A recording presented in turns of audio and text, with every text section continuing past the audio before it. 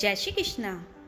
दोस्तों, जैसे कि आपको पता ही है, हिंदू धर्म में एकादशी का महत्व बहुत अधिक होता है। उसी तरह से दोस्तों, फाल्गुन पक्ष की एकादशी को हम आमलिका एकादशी कहते हैं। इस दिन भगवान विष्णु की पूजा करने से सभी मनोकामनाएं हैं वो पूरी हो जाती है। दोस्तों, हिंदू धर्म में एकादशी का बहुत अधिक महत्व होता है। फाल्गुन शुक्ल पक्ष की एकादशी को हम आमलिका एकादशी कहते हैं। इस दिन हम आंवले की पूजा करते हैं। आमलिका एकादशी पर भगवान विष्णु का दिन होता है।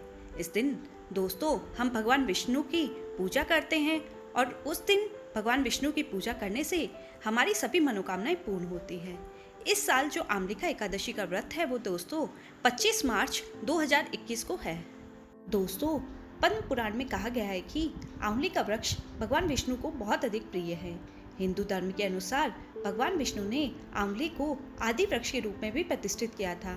ऐसा माना जाता है कि आंवले के वृक्ष के हर अंग में भगवान वास करते हैं।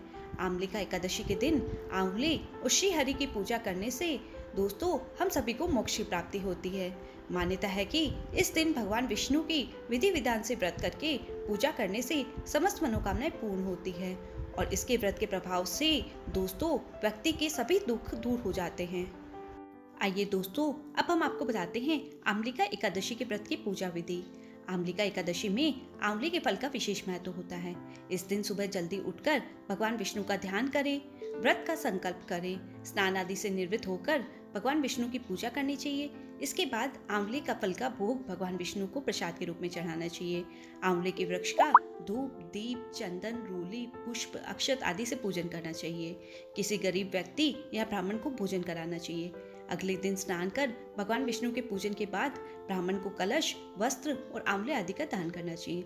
इसके बाद भोजन ग्रहण कर व्रत खोलना चाहिए। इस प्रकार हमें आमला एकादशी के दिन पूजा करनी चाहिए। दोस्तों, अब हम आपको बताते हैं आमलिका एकादशी के व्रत का महत्व है। हिंदू मान्यताओं के अनुसार आमलिका एकादशी का व्रत बेहद ही फलदायी माना जाता है। ऐसा माना जाता है कि आमलिका एकादशी को भगवान विष्णु ने वृक्ष के रूप में स्वयं को प्रतिष्ठित किया था। इसके हर अंग में ईश्वर का स्थान माना जाता है। इसलिए आमलिका एकादशी के व्रत को करने से व्यक्ति को मोक्ष की प्राप्ति होती है। दोस्तों, शास्त्रों के अनुसार आमलिका एकादशी के दिन आंवले का सेवन करना बहुत ही अधिक लाभकारी माना गया है। इसी तरह से दैनिक जीवन में भी हमें आंवले का इस्तेमाल करना चाहिए। आंवला हमारे सेहत के लिए बहुत ही ज्यादा फायदेमंद होता है। आइए दोस्तों, अब हम आपको सुनाते हैं आमलिका एकादशी की व्रत कथा। प्राचीन काल में चित्रसेन नामक राजा का राज्य करता था। उसके राज्य में एकादशी के व्रत का बहुत अधिक महत्व था और सभी प्रजाजन एकादशी का व्रत करते थे। वहीं राजा की आमलिका एकादशी के प्रति बहुत अधिक श्रद्धा थी।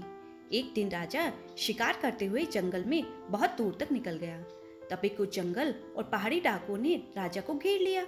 इसके बाद डाकुओं ने शस्त्रों से राजा पर हमला कर दिया, मगर देव कृपा से राजा पर जो भी शस्त्र चलाए गए वह पुष्प में बदल गए। डाकुओं की संख्या अधिक होने की वजह से राजा बेहोश होकर धरती पर गिर गए।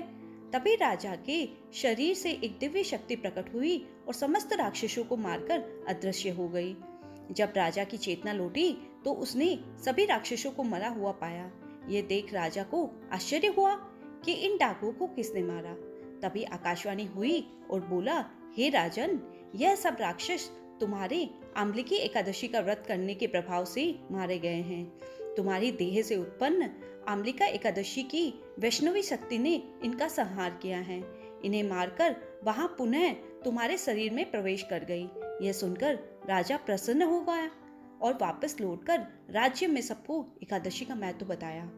आमलिका एकादशी पर भगवान विष्णु की पूजा की जाती है।